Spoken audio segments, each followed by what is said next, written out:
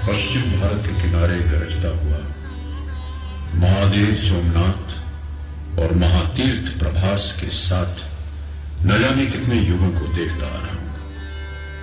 इस पवित्र भूमि में स्थित सोमनाथ का इतिहास आज आपको सुना रहा हूं। स्कंद पुराण हमें इस तीर्थ स्थान के आरंभ की कहानी बताता है। वडवानर जैसी तप्त अग्निशिखा के साथ जब ब्रह्मा की पुत्री श्री सरस्वती यहां पर आई तो हिरण्य, वज्र, यमक और कपिल नाम के 4 तपस्वियों ने उनका स्वागत किया। सरस्वती यहां 5 धाराओं में प्रकट हुई और वडवानर को मैंने महासमुद्र ने अपने अंदर समा लिया।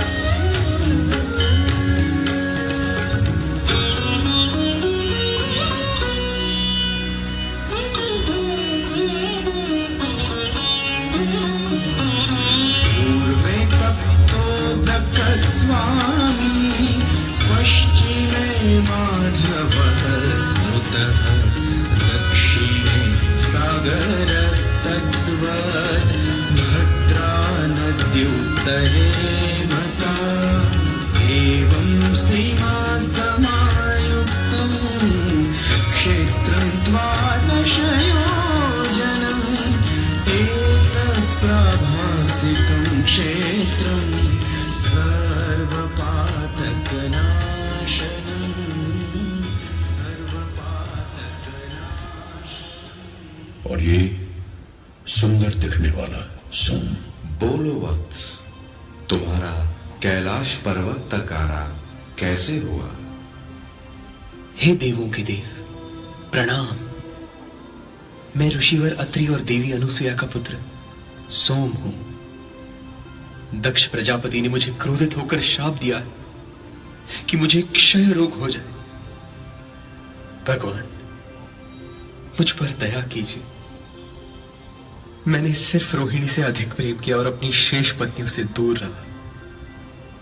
यह शाप उसी का परिणाम है। यह शाप नहीं, आशीर्वाद है सोम। जाओ, कृतस्मर पर्वत के पास एक पुराना तीर्थ स्थान है, वहां जाकर तपस्या करो, तुम्हें इस रोग से मुक्ति मिलेगी। प्रणाम महादेव, प्रणाम। इस पूरे ब्रह्मांड को चलाने वाले आप ही हो। आपको मेरा प्रणाम। फिर इसी जगह पर सोम ने 1000 साल तक तपस्या की और सोम को श्राप से मुक्ति मिली।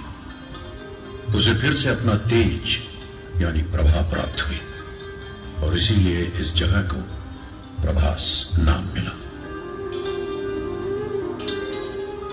और क्या त्रिवेणी संगम वाला ये स्थान सिर्फ एक तीर्थ स्थान ही है? नहीं, ये तो भारतीय जीवन शैली की विशेषता का प्रतीक है। जीवन और जीवन दर्शन, जीव और शिव, हर और हरि की आराधना का स्थान है। अंधेरे से प्रकाश की ओर ले जाने वाला रास्ता है ये उस परम सत्ता की उपासना है, मनुष्य जिसका एक अंश है और जिसकी आत्मा से वसुधैव कुटुंबकम का स्वर निकलता है।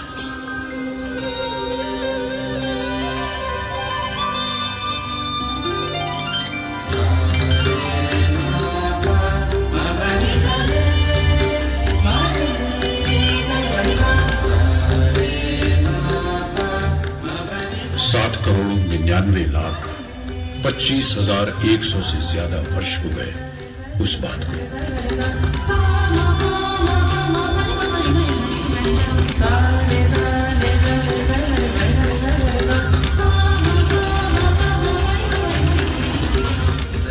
वैवस्वत मनवंतर के त्रेता युग में श्रावण महीने के शुक्ल पक्ष में सोम ने अपने इष्ट देव सोमनाथ के लिए एक भव्य स्वर्ण मंदिर का निर्माण कराया, जो प्रतीक है श्रद्धा, भक्ति और कृतज्ञता का।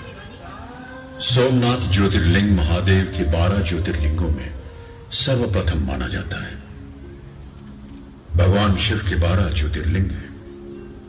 सोमनाथ गुजरात में, मल्लिकार्जुन आंध्र प्रदेश के श्रीशैलम में, महाकालेश्वर और ओंकारेश्वर मध्य प्रदेश में, केदारनाथ हिमालय में, त्र्यंबकेश्वर, भीमाशंकर और घृष्णेश्वर महाराष्ट्र में, विश्वनाथ काशी उत्तर प्रदेश में, नागेश्वर द्वारका गुजरात में, बैद्यनाथ झारखंड में और रामेश्वरम तमिलनाडु में स्थित है।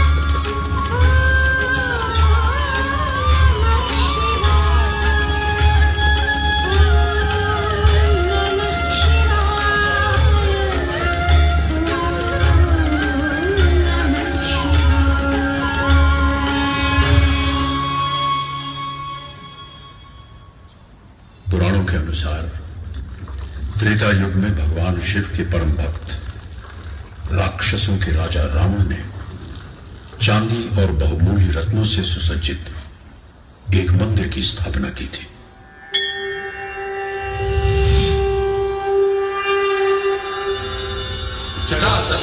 जल प्रवाह पावितस्थले करेवलंब्य लंबिता भुजंग तुंग मालिका दमट्टमट्टमन्निनादवट्टमर्वयं चकार चंड तांडवं तनोतु न शिव शिवम् जटाकटासमप्रमप्रमं निलिम्बनिर्जरी विलोलवीचि वल्लरी विराजमानमूर्धनि तगस्तगस्तगज्ज्वलल्ललाटपट्टपावके किशोरचन्द्रशेखरे रति प्रदीक्षणं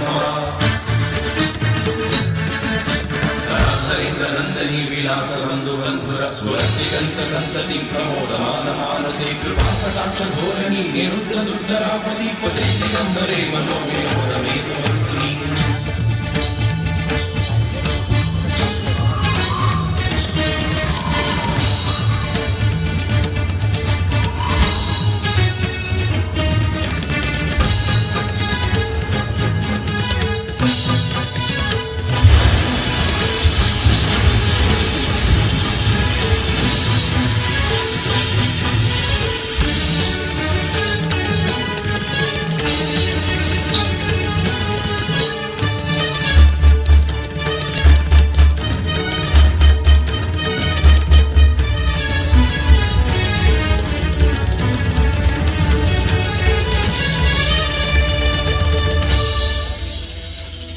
समय बीतता गया और हर युग, हर समय में सोमनाथ की यात्रा भी निरंतर चलती रही।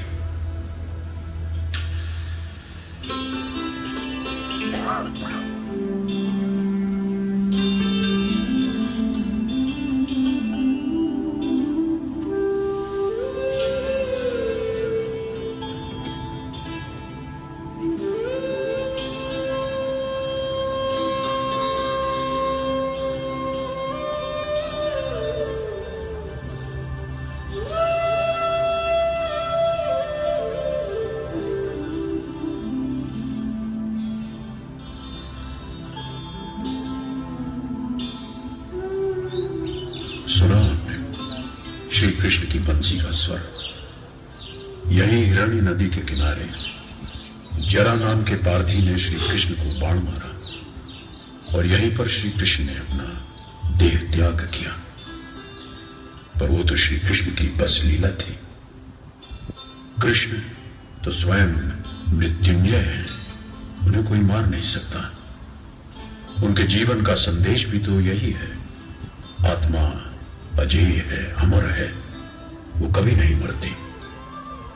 राधा के प्रेम में समर्पित हो जाने वाले, सुदर्शन चक्र उठाने वाले और कुरुक्षेत्र में गीता का प्रबोधन करने वाले, सत्य, प्रेम, भक्ति और शक्ति के पुजारी श्री कृष्ण महाभारत युग ईसा पूर्व 3102 में चैत्री शुक्ल प्रतिपदा की दोपहर 2:27 में इसी जगह अपने मानव शरीर को छोड़कर चले गए।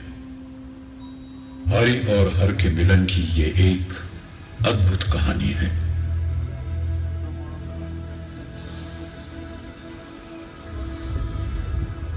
युग बीतते गए, चीजें बनती और बिगड़ती गईं, मगर ईश्वर की आराधना हमेशा यहां होती रही। भगवान, भक्त और भक्ति की आराधना यहां गूंजती रही। स्कंद पुराण के अनुसार दूसरी सदी की शुरुआत में भगवान शिव के भक्त पाशुपत ब्राह्मणों ने यहां शिव समुदाय को मजबूत किया। 349 ईस्वी में प्रभास बंदरगाह में व्यापार बहुत ही फल फूल रहा था। बाहर के व्यापारी भारत से हीरे जवाहरात, आभूषण और अनमोल कलाकृति खरीदते और बदले में भारत को सोने और चांदी देकर जाते थे।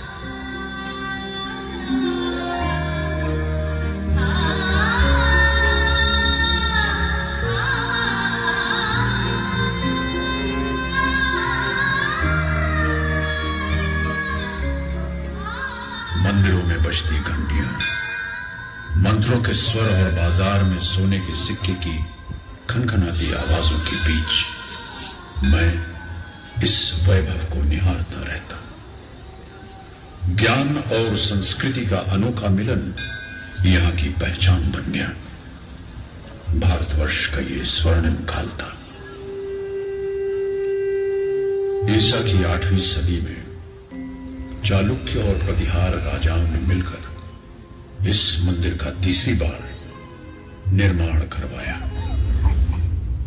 सोमनाथ मंदिर में हीरे, मोती, माणिक जैसे कई बहुमूल्य रत्नों से सजे कई स्तंभ थे और मंदिर के गर्भगृह के केंद्र में देवाधिदेव भगवान शिव का ज्योतिर्लिंग हवा में बिना किसी आधार के जमीन से ऊपर स्थापित किया गया। यह अद्भुत दृश्य देखकर सभी लोग आश्चर्यचकित हो जाते थे। मंदिर में 1 टन से भी अधिक वजनी सोने की घंटी सोने की भारी जंजीरों से बजाई जाती थी। हजारों पंडित मंत्रोच्चार करते थे। 500 से ज्यादा नर्तकियां भगवान शिव की आराधना में नृत्य प्रस्तुत करती थी।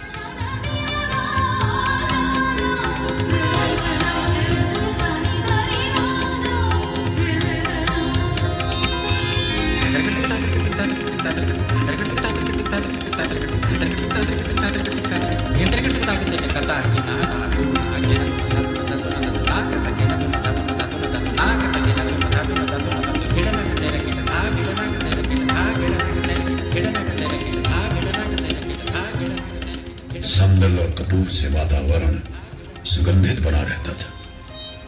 उस पर भगवान सोमनाथ का सजा हुआ चमत्कारिक स्वरूप मानो धरती और स्वर्ग का संगम स्थल हो। भारत के अलग अलग जगहों से राजा, महाराजा, साधु, ज्ञानी, तपस्वी और भक्त यहां आकर भगवान सोमनाथ के चरणों में अपनी भेंट चढ़ाते थे। गुर्जर प्रतिहार राजवी नागभट्ट ने मंदिर की मरम्मत करवाकर इस पुण्य तीर्थ को फिर स्थापित किया और सोमनाथ की आराधना की। इसी समय सिंध के उस पार एक छोटे से कस्बे गजनी में महमूद तैयारी कर रहा था एक और आक्रमण की।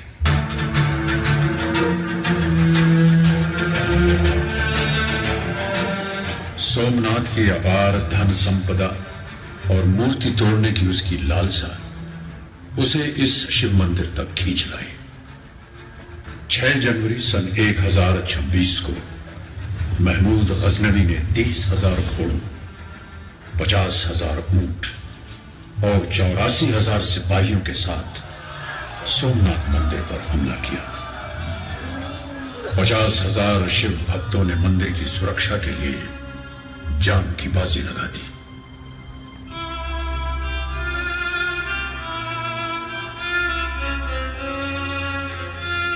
क्रूर महमूद गजनवी की लालसा कम नहीं हुई। वह सोने, चांदी, रत्न भंडारों और आभूषणों को हजारों हाथियों और ऊंटों पर लाद कर ले गया। नहीं लूट पाया सोमनाथ की महिमा और उसकी सांस्कृतिक धरोहर, जो हमारी सबसे बड़ी संपत्ति है।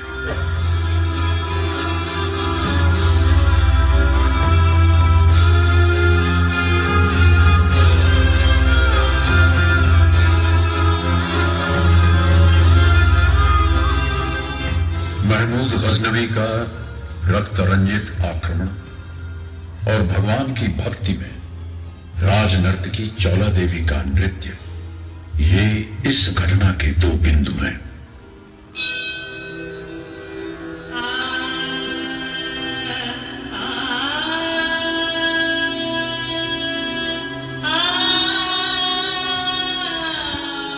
महारानी चौला देवी एक नर्तकी थी जो अपने नृत्य से नटेश्वर की पूजा करती थी। महाराज भीमदेव से उनका विवाह हुआ और वो महारानी चौला देवी को अपने महल ले गए। पर महारानी चौला अपने देव के दर्शन और सेवा के बिना नहीं रह सकती थी। इसलिए वो राजमहलों का सुख छोड़कर फिर से भगवान सोमनाथ की सेवा में लौट गई। उन्हीं के चरणों में नृत्य किया, वही उनका अंतिम नृत्य था।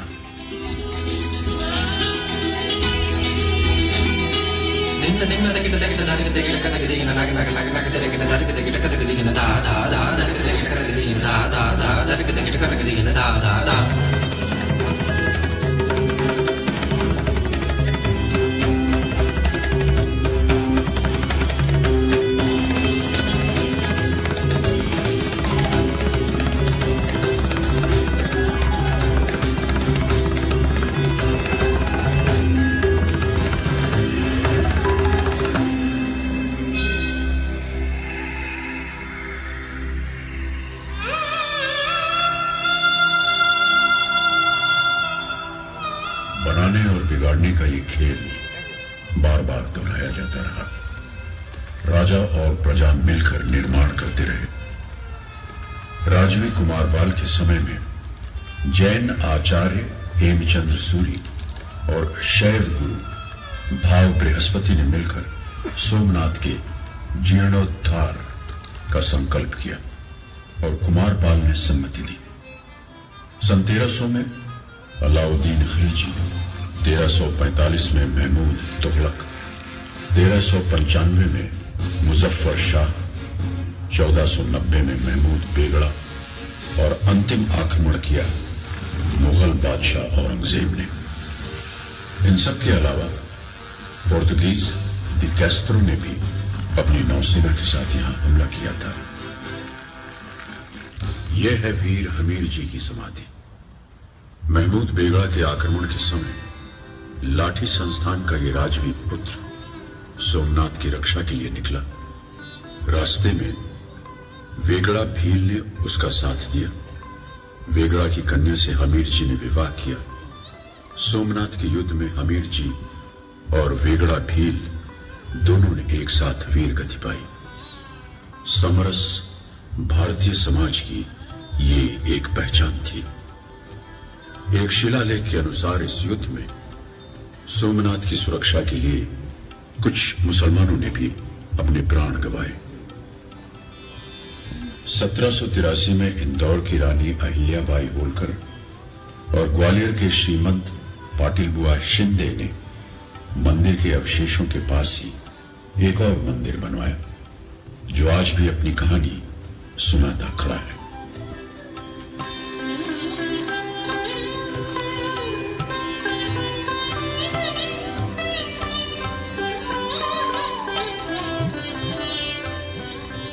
आदि शंकराचार्य से लेकर स्वामी विवेकानंद ने इस पवित्र भूमि की यात्रा की। मुझे आज भी स्मरण है वो पल जब 1892 की एक दोपहर टूटे और बिखरे हुए जमीन के टुकड़ों के बीच स्वामी विवेकानंद जी ने आंख बंद करके भारत माता का साक्षात्कार किया। फिर स्वतंत्रता का सूर्योदय हुआ।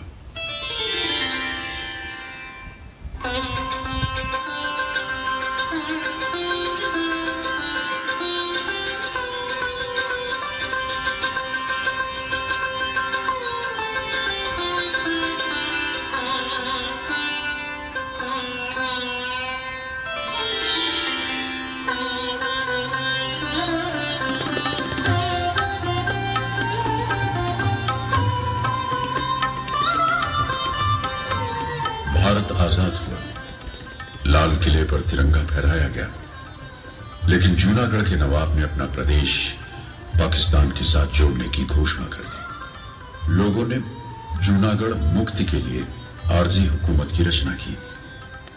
3 महीनों के बाद जूनागढ़ मुक्त हुआ।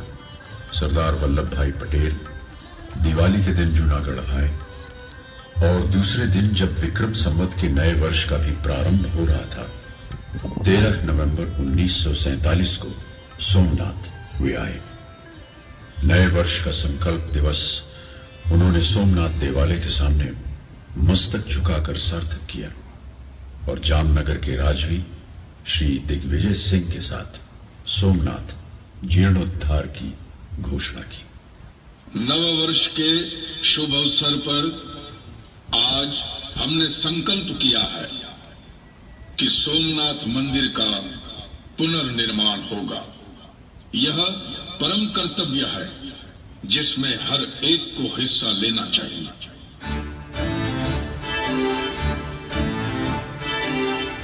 टूटे हुए मंदिर का पुनर्निर्माण विनाश से फिर सृजन तक पहुंचने वाली भारतीय सांस्कृतिक परंपरा का एक महत्वपूर्ण संकेत था। 11 मई 1951 को हमारे प्रथम राष्ट्रपति डॉक्टर राजेंद्र प्रसाद ने ज्योतिर्लिंग की प्राण प्रतिष्ठा की। सरदार वल्लभ भाई पटेल, श्री कन्हैया लाल मुंशी, जामनगर के राजवी श्री दिग्विजय सिंह और श्री ढेबर भाई जैसे अनेक महापुरुषों के संकल्प का परिणाम है आज का परम दिव्य भव्य सोमनाथ।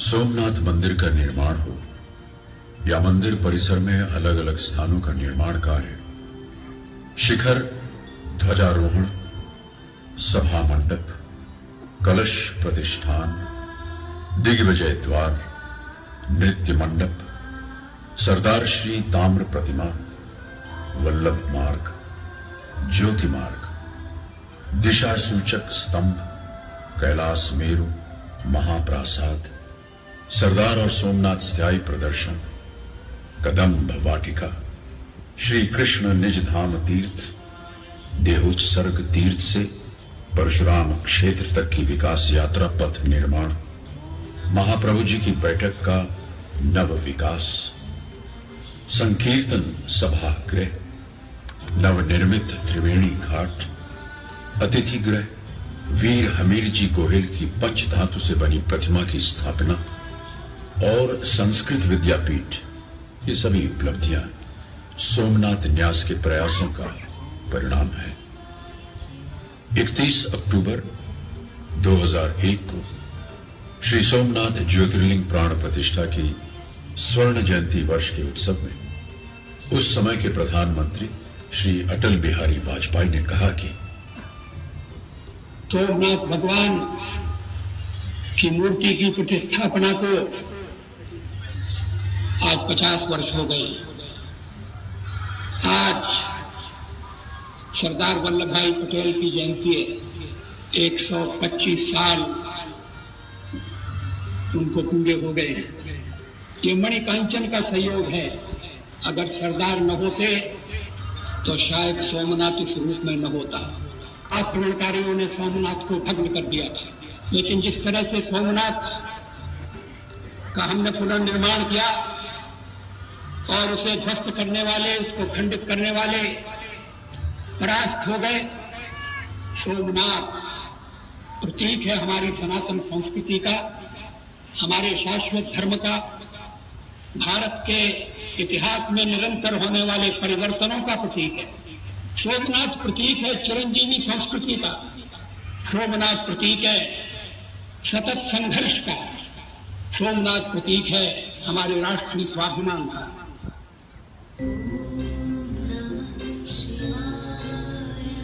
हमारी राष्ट्रीयता का अंतिम लक्ष्य समग्र मानवता का कल्याण ही है। देखिए, यहां समुद्र तट पर यह स्तंभ खड़ा है। दिशा सूचक त्रिशूल लगाया गया है और लिखा गया है, आसमुद्रांत दक्षिण ध्रुव पर्यंत अबाधित ज्योतिर्मार्ग। हाँ, इस तीर की दिशा में सीधे जाने पर दक्षिण ध्रुव तक कोई भूमि क्षेत्र नहीं आएगा, केवल जल मार्ग ही होगा।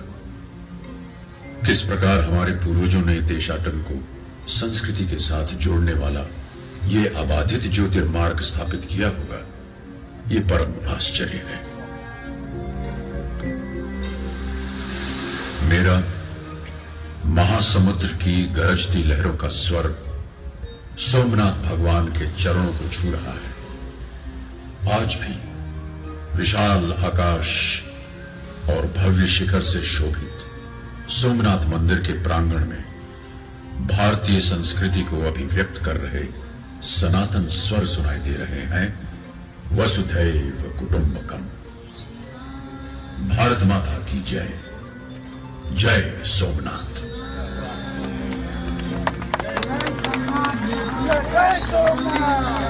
जय सोमनाथ।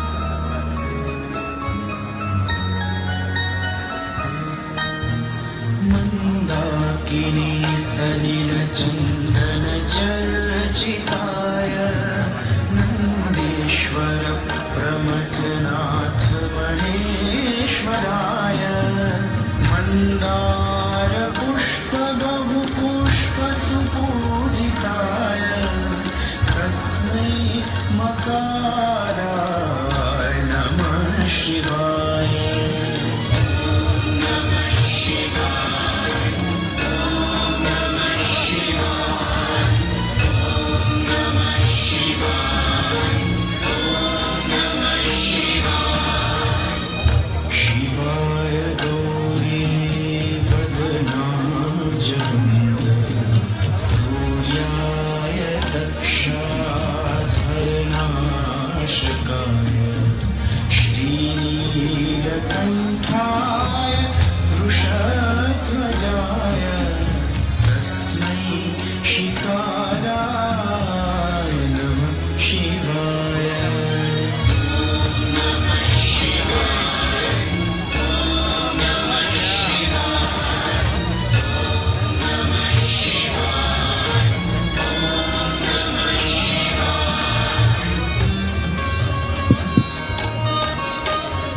यह सिंध समंदर जिस वैभवी इतिहास का गवाह है, इस इतिहास को हम सभी ने यहाँ से देखा इस लाइट एंड साउंड शो के द्वारा। फिर से एक बार तहे दिल से स्वागत करते हैं सभी महानुभावों का। माननीय मुख्यमंत्री श्री नो हृदयपूर्वक आभार व्यक्त करिए ते वो अत्र पधार्या।